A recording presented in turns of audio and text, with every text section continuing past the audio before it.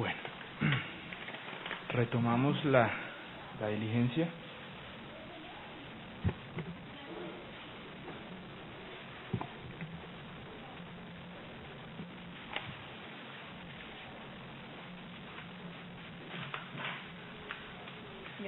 Bien, normalmente después de la etapa de interrogatorios continuaría con el trámite de la fijación del litigio. Sin embargo, de acuerdo con el artículo 278 del Código General del Proceso, en cualquier estado de proceso el juez deberá dictar sentencia anticipada total o parcial en los siguientes eventos. Primero, cuando las partes o sus apoderados de común acuerdo lo soliciten, sea por iniciativa propia o por sugerencia. Segundo, cuando no hubiere pruebas por practicar.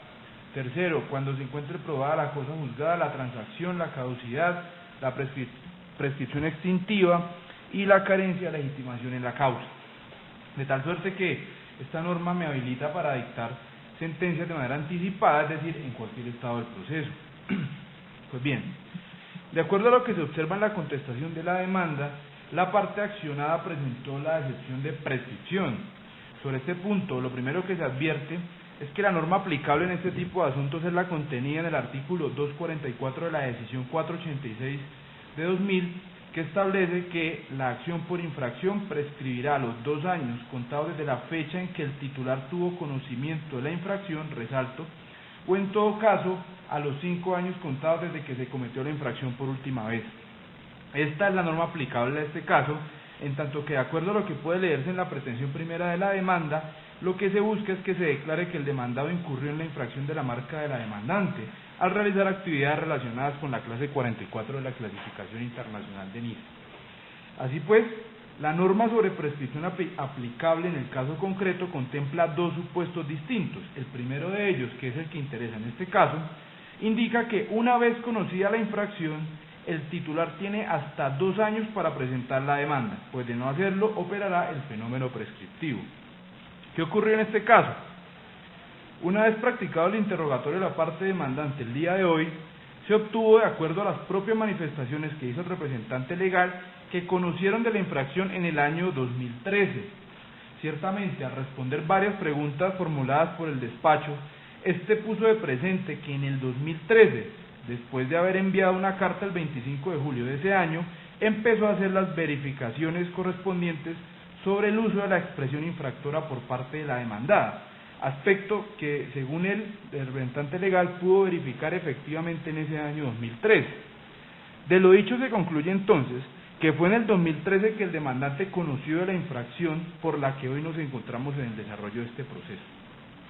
Ahora bien, la demanda fue presentada el 14 de abril del año 2016, es decir, que para el momento de la presentación ya habían transcurrido más de 2 años desde que el demandante tuvo conocimiento de la infracción en el 2013, fecha esta, es decir, el 2013, que nos marca el punto de partida para contar la prescripción, que por haber tenido lugar en ese 2013, lo que nos indica esto es que el fenómeno prescriptivo operó, al menos en principio, en el año 2015, salvo por la suspensión del término por la solicitud de conciliación, como ahorita lo voy a explicar.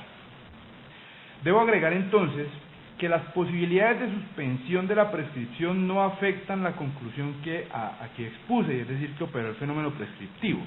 ¿Por qué razón? El artículo 21 de la Ley 640 de 2001 establece que la presentación de la solicitud de conciliación extrajudicial en derecho ante el conciliador suspende el término de prescripción o de caducidad según el caso, hasta que se logre el acuerdo conciliatorio o hasta que el acta de conciliación se haya registrado en los casos en que este trámite sea exigido por la ley, o hasta que se expidan las constancias a que se refiere el artículo 2 de la presente ley, o hasta que se venza el término de 3 meses a que se refiere el artículo anterior, lo que ocurra primero. Esta suspensión operará por una sola vez y será improrrogable. En nuestro caso, la solicitud de conciliación fue presentada el 17 de junio de 2014. Por otra parte, la constancia de no acuerdo fue expedida el 17 de julio de 2014. Esto se puede ver en los folios 15 y 17 del cuaderno número 2. Es decir, que existe una suspensión del término de 1 mes, la cual ninguna incidencia tiene en el hecho de que se hayan cumplido los 2 años antes de presentarse la demanda, pues según el propio demandante, tuvo conocimiento de la infracción a partir del momento que envió la carta del 25 de julio de 2013, cuando empezó a hacer sus respectivas averiguaciones. Así, si en gracia de discusión suponemos que conoció el último día del 2013, es decir, el 31 de diciembre de ese año, el término para demandar habría vencido el 31 de diciembre de 2015, pero como se suspendió un mes el término, se ampliaría ese 31 de diciembre de 2015 por un mes más. No obstante, como la demanda fue presentada hasta el 14 de abril de 2016, es claro que ni siquiera con la suspensión que produce la solicitud de conciliación podría llegar a concluirse que la prescripción en este caso no operó. Segundo, según el artículo 94 del Código General del Proceso, la presentación de la demanda interrumpe el término de prescripción. Este artículo simplemente va a señalar que tampoco beneficia a la demandante, quien para poder valerse de él debió presentar su demanda dentro de los 2 años siguientes a haber conocido la infracción para poder de esa forma interrumpir el término de prescripción. No obstante, como lo expliqué, la demanda fue presentada 2 años después de conocerse esa infracción. Así las cosas, en este caso operó la prescripción de conformidad con el artículo 244 de la decisión 486 de 2000 y así lo declararé. Finalmente, en cumplimiento de lo previsto en los artículos 365 y 366, numeral 3 del Código General del Proceso, este despacho fijará las agencias en derecho correspondientes a la primera instancia a cargo de la demandante. Para esto se tendrán en cuenta las tarifas establecidas por el Consejo Superior de la Judicatura mediante acuerdo 1887 de 2003, específicamente numeral 1.3, según el cual se fija como cifra a las agencias hasta el 20% del valor de las pretensiones reconocidas o negadas en la sentencia. En este caso será de las negadas. Para efectos de lo anterior, debe tenerse en cuenta que la demandante se acogió al sistema de indemnizaciones preestablecidas, por lo que en este caso la pretensión no fue determinada en cuanto a su cuantificación, aunque es determinable, y bajo ese supuesto debe hacerse el cálculo. Así, teniendo en cuenta que según el artículo 2.2.2.21.1 del decreto 1074 de 2015, en caso de que el demandante opte por el sistema de indemnizaciones preestablecidas, dicha indemnización será equivalente a un mínimo de 3 salarios mínimos legales mensuales vigentes y hasta un máximo de 100 salarios mínimos legales mensuales vigentes por cada marca infringida. Es evidente entonces que la suma máxima a la que el demandante podía aspirar en este caso era de 100 salarios mínimos legales mensuales vigentes, dado que la infracción que se alegó fue sobre una sola marca. Eso significa que la pretensión negada podría circunscribirse a un máximo de 100 salarios en la medida que a suma superior no podía haber aspirado al actor. De tal manera que, por concepto de agencias en derecho, se fijará la suma equivalente al 5% de las pretensiones negadas, es decir, el 5% de 100 salarios mínimos legales mensuales vigentes. Entonces el demandante deberá pagar a favor de la parte demandada la suma de 3.688.585 pesos por concepto de agencias en derecho. En mérito de lo expuesto, el coordinador del Grupo de Trabajo de Competencia Leal y Propiedad Industrial de la Superintendencia de Industria y Comercio, en ejercicio de las facultades jurisdiccionales conferidas por el Código General del Proceso, administrando justicia en nombre de la República de Colombia y por autoridad de la ley, resuelve: primero, declarar probada la excepción de prescripción extintiva. Segundo, condenar en costas a Nova Cirugía Plástica SAS. Por concepto de agencias en derecho se fija la suma de 3.688.585 pesos que deberá pagar a favor de Clínica Plástica y Estética Nova SAS. Tercero, levantar las medidas cautelares decretadas en este proceso. Esta decisión queda notificada en extraso. Gracias, su señoría. De manera respetuosa me permito interponer recurso de apelación contra la decisión que usted acaba de tomar, basado y fincado en 2 aspectos fundamentales. Primero, doctor, perdóname que lo interrumpa. De acuerdo a la interpretación del recurso de apelación en el caso de las sentencias que hemos hecho en este despacho, para efectos de la sustentación de ese recurso o de presentar los argumentos de inconformidad, que entiendo es lo que iba a hacer cuando lo interrumpí, sí, tiene 2 opciones. Una es hacerlo ya, ¿sí? Y la otra es hacerlo dentro de los 3 días siguientes a esta audiencia por escrito. Si lo hace ya, no obtiene los 3 días, pero si escoge hacerlo dentro de los 3 días, pues entonces espero ese término para proceder a enviar al tribunal. Le pregunto, ¿qué opción prefiere? Su señoría, me acojo a la opción de presentar el recurso de apelación y sustentarlo de manera escrita dentro del término señalado en la norma. Entonces, concedo el recurso de apelación en el efecto suspensivo, teniendo en cuenta que esta es una sentencia que niega la totalidad de las pretensiones. Cuenta entonces usted con 3 días para presentar sus reparos en contra de la sentencia por escrito. Una vez venza ese término por secretaría, se debe proceder al envío del expediente a la Sala Civil del Tribunal de Bogotá para que se surta el recurso de apelación. ¿Iba a hacer algo? Sí, señor juez, 2 aspectos. Uno, que también vamos a apelar la sentencia, vamos a hacer una apelación adhesiva a la sentencia, porque a pesar de haberse, pues ya lo diré dentro de los 3 días, porque no se habló de la caducidad, y a pesar de que solamente se habló de la prescripción, también queremos que se hable de que el proceso no solamente estaba prescrito, sino que también estaba caducado. Uno, entonces lo haré. Segundo, con respecto a las medidas cautelares, señor juez, nosotros tenemos una multa impuesta por no haber obedecido a las medidas cautelares, y en la medida que hay una caución impuesta al demandante, queremos saber si ese levantamiento incluye el retiro de la sanción por no obedecer la medida, y en ese caso no habría lugar al pago de la caución, o si se sostiene el despacho, solicitamos se haga efectiva la caución por el daño causado a mi cliente, equivalente mínimamente al monto de la multa que fue impuesta por no cumplir las medidas cautelares.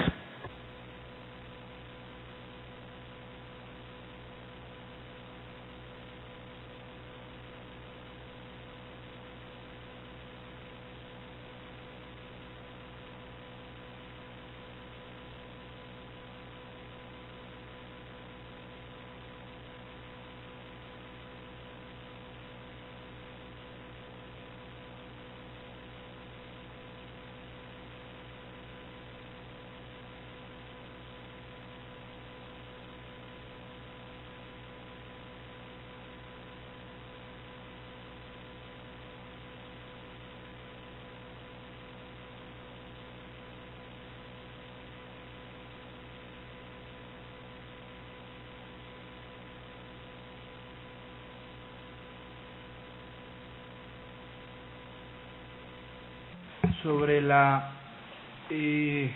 de la multa, de la multa, pues esos son 2 temas distintos. Uno es lo que ocurrió en el trámite de cautelar y lo que llevó finalmente a la imposición de la multa, y lo que ocurrió ahorita en la sentencia fue el levantamiento de la medida cautelar con ocasión de haberse declarado la prescripción. Entonces no es que el auto que impuso la multa o el que decretó la medida se hayan revocado, ¿sí? Esos autos, digamos que tuvieron su vida jurídica y demás, y ahorita es una decisión nueva en la sentencia en la que se levanta la medida cautelar, pero los otros autos no fueron revocados ni fueron anulados. Por tanto, esas decisiones pues tuvieron su discusión en su momento, y sobre eso no se puede entrar ahorita. ¿Listo? Sobre su apelación.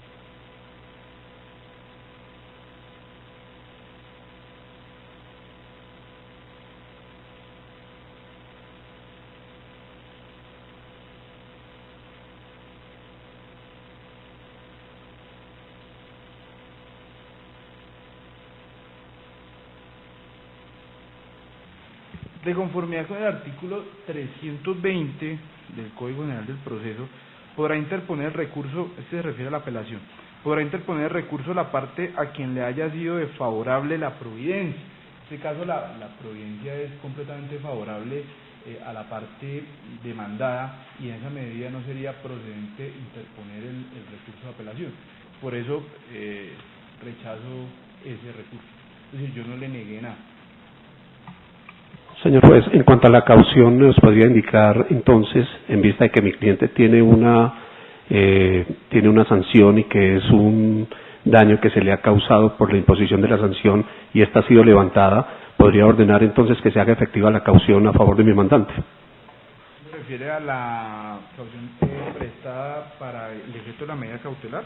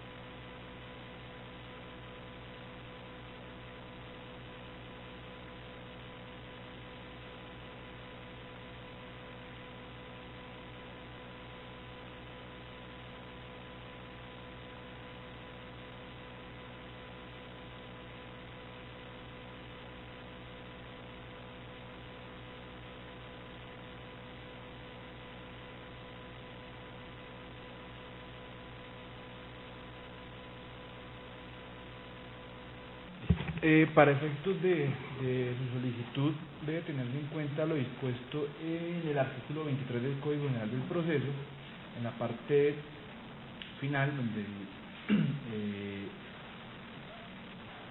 se autoriza al afectado a reclamar por medio de incidente la liquidación de los perjuicios, sujeto al artículo 283 del mismo Código General. Ahora, esa es una opción. En este caso se constituyó una póliza judicial. Lo otro que puedo hacer es ordenar el desglose de ese documento constituido a favor de la demandada para que usted pues promueva el trámite que sea necesario directamente ante la aseguradora con una copia, señor. Su señoría, de manera respetuosa me permito manifestar que usted profirió la providencia y de conformidad, o la sentencia, y de conformidad con el artículo 285 no es absolutamente dable nada de lo que estamos haciendo acá. Es claro el 285 en señalar que la sentencia no es revocable ni reformable por el juez que la pronunció.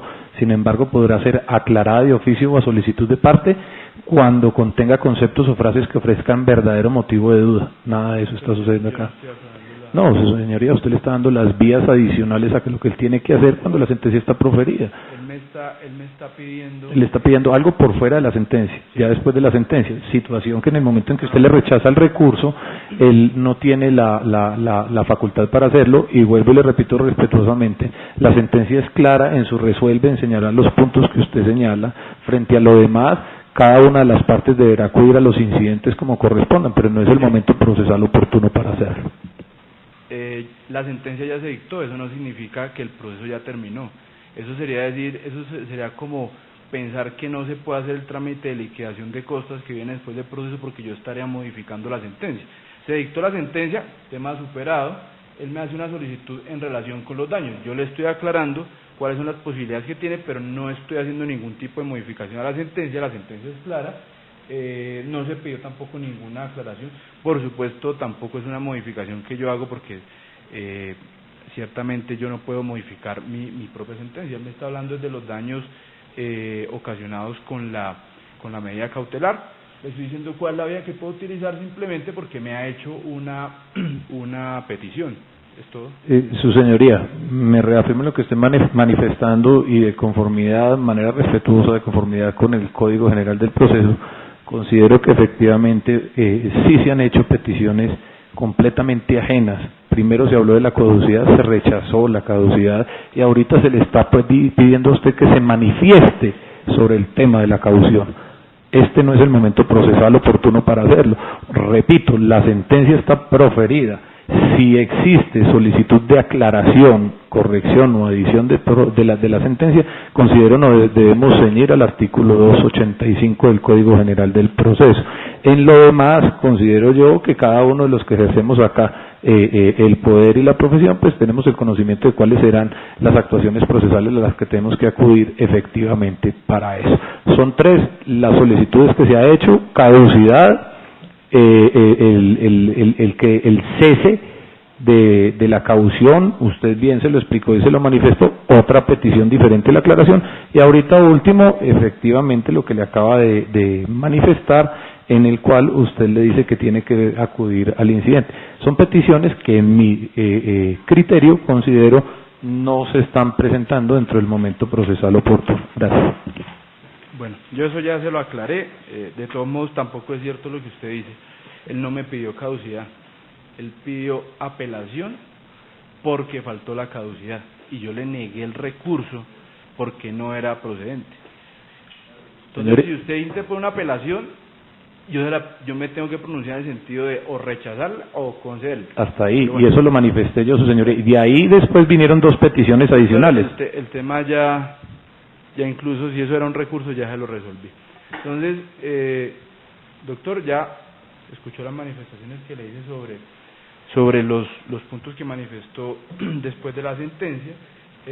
No siendo más el motivo de la diligencia, la damos por finalizada. Vamos a firmar un acta que contiene algunas de las cosas que pasaron el día de hoy. ¿Listo? Gracias.